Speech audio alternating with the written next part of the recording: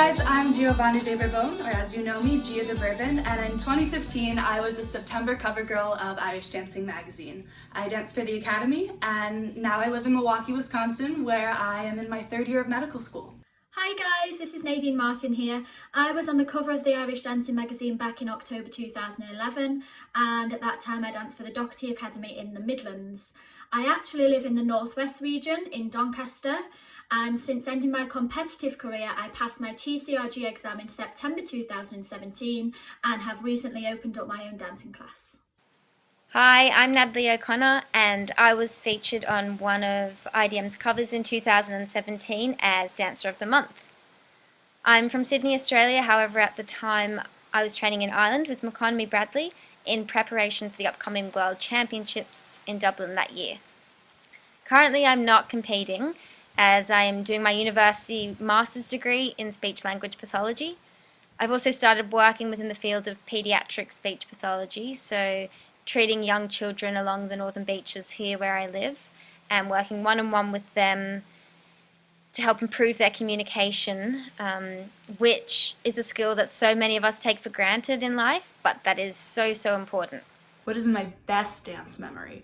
I think that's a really hard one, and a lot of things come to mind. I was very, very blessed during my career to go amazing places and do some fun things. I think being on America's Got Talent, not just once but twice, was crazy, and I still can't believe that I did that, but I definitely just had a blast, dancing with my friends and getting to be on a TV show. That was awesome.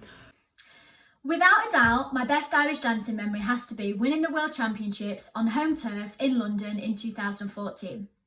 Lots of my friends and family came to support, and the atmosphere in the hall that day for the senior ladies competition was electric. The hall was rammed and you seriously could not fit one more person in there. I was so emotional as the results were being called out. I remember being sat next to one of my teachers, Marie, and surrounded by all my friends and family. As my name was called out as World Champion 2014, it truly was a dream come true. I was fortunate enough to retain the title the following year in Montreal, and again it was just the best feeling.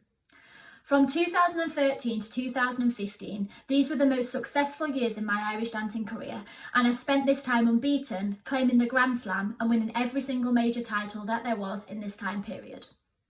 I absolutely loved being on stage performing, and I am indebted to my dancing teachers over the years for making me the dancer that I was and for instilling the love and the passion for Irish dancing that I still have today.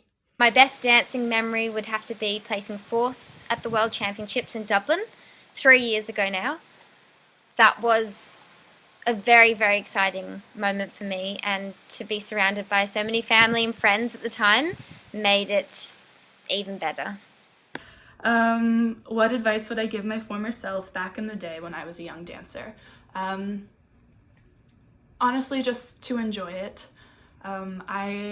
Looking back on all the awesome things that I got to do and be a part of when I danced, it just such an incredible group of people, and my advice is literally just enjoy it. It's a lot of fun. It can be really physically demanding, but I think at the end of the day,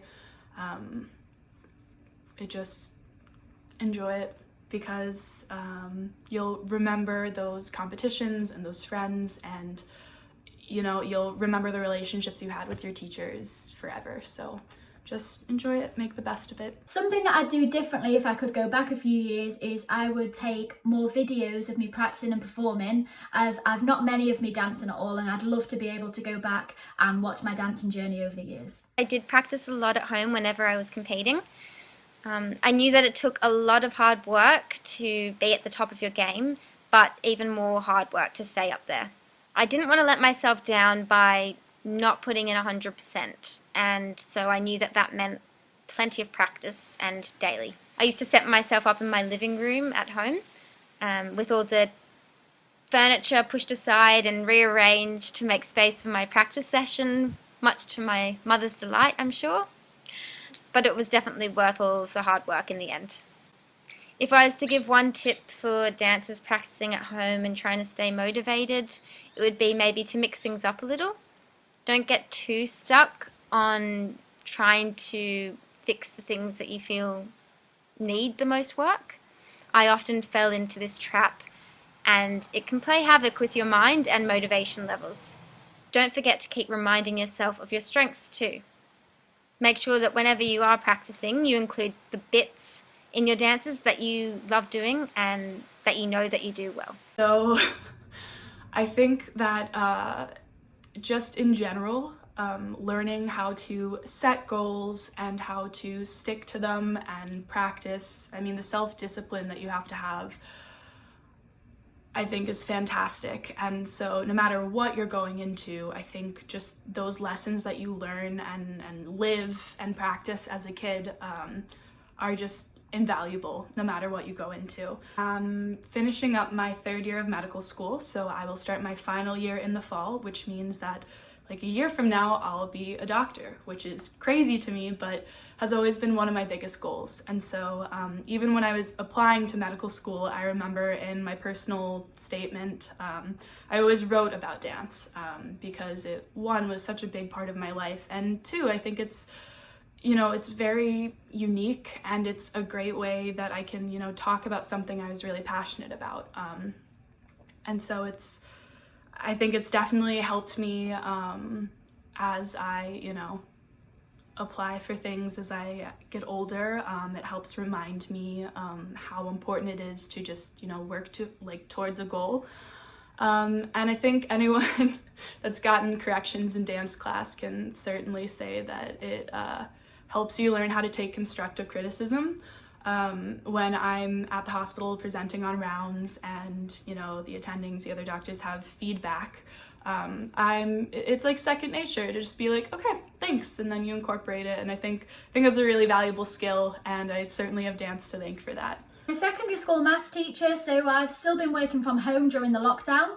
As for dancing, like many teachers across the globe, I've been offering dancing classes and fitness sessions via Zoom, so I've been spending lots and lots of time staring at my MacBook screen. I've also been running a leaderboard, so within my class you can earn points for completing daily and weekly tasks, as we have that as a competition running for the remainder of the lockdown. I've loved spending more time at home, but I'm really starting to miss my friends and my family, and of course all my lovely dancers. Hopefully we'll have a little bit of normality resuming soon, and we can get back to dancing classes and to feshes. Irish dancing has definitely helped me with my education and work goals. I believe it's had a big part in shaping who I am today as a person. It's given me the drive and the discipline that I need to get things done at university, at work and at home, and it's also given me the confidence and motivation that I need to perform to the best of my ability. So ever since I was an advanced beginner, I always wanted to be on the cover of IDM. I thought it was so cool, and I always wanted to be a cover girl. And when I was finally asked, it was literally like a dream come true. I remember when I was in undergrad at the OSU, I knew I was going to apply to grad school. I knew I wanted to be a physician. And so it was a really difficult decision for me to decide to retire. And I think anyone that dances, it's one of the hardest decisions that you have to make. But, you know, knowing that I had done or had the privilege of doing so many fantastic things, getting on the box at Worlds, winning teams at Worlds with some of my best friends, being on AGT, just the friendships I had, and then finally being on the cover of IDM, it was like the cherry on top. And so when I retired, I knew that I had accomplished everything I wanted to accomplish. And so I'm really grateful that I had those experiences and that I, you know, had that peace when I moved on to the next part of my life. Back when I was competing, coming up to majors, I would practice every single day. I'd spend lots and lots of time in the garage working on corrections, and I also used to follow a fitness regime put together by one of my friends, Francis Dunn. When IDM asked me to be featured on the cover as their Dancer of the Month, I was so excited. I know so many young dancers enjoy reading the Irish Dancing magazine, so it felt great to know that I may have had even the slightest influence on some of these dances. So my relationship with my teachers, Brian and Ed, is my most cherished relationship. I love that whenever I go back to Ohio, I always, get dinner or drinks with them, and it's a lot of fun to catch up. And they were such a big part of, my childhood and teenage years. And so the fact that I get to be friends with them as an adult and just in this different capacity is so fun, and also just so very, very special to me. And it's just a lot of fun. And last year, during the last season of Game of Thrones, which is another favorite show of mine, I remember live texting Byron, and so it was really fun to just, be silly and complain about how we wanted the ending to be different. But yeah, I guess the theme of it all is just the friendships and the people that you meet through Irish dancing are amazing, and I'm grateful for the people that I've met, and I'm glad that they're still in my life, so yeah. One of the most difficult times for me while I was dancing was when my teachers at the time, Edward and Byron, called a meeting after class to let us know that they were emigrating to America. I remember leaving class, got in the car and cried for the whole 2-hour journey home. I was heartbroken. I remember dancing my set on stage at the Worlds, Dublin 2011, and I had tears in my eyes for the last half of the dance, as I knew that this would be the last time I'd be dancing under their name. So I rather infamously once missed my second round at the All Scotlands. And that was the worst. That was really not fun. I would say that was, really, really challenging for me to make a mistake that was just like, who does that? I remember that they score the rounds like separately. And so later I found out that I won the first round, so I was on track to do pretty well for that competition, but I just missed my round. My teachers were really giving me everything they had. My parents flew me to Scotland, and I was coming off an injury. It was like everything.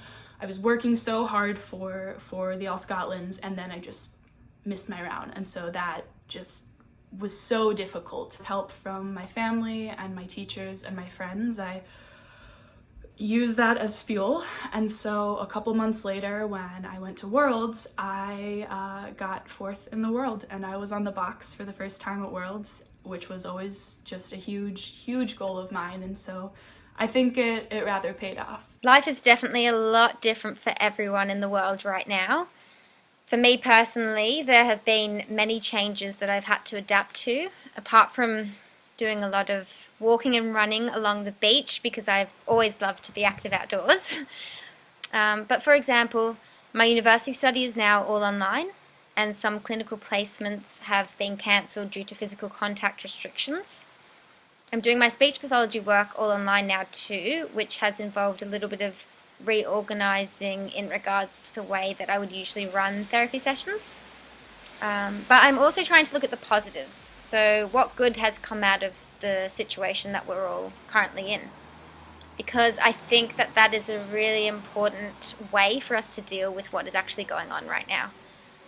I've recently finished watching Afterlife on Netflix. I don't usually get to watch much TV, being at dancing, work and at Feshers, but since the lockdown I have been able to watch a little more TV. So I am on my 3rd rewatch of Arrested Development, which is my favorite show. So I watched it almost 4 times now, which is crazy. And I also started Ozark, which I've been trying to get Byron to watch, so you should watch it. But yeah, lots of TV watching here in Milwaukee. Life has definitely changed, and it's been devastating for people who have lost their jobs, and even more so for those who have lost loved ones or who have suffered the health effects as a result of this terrible situation.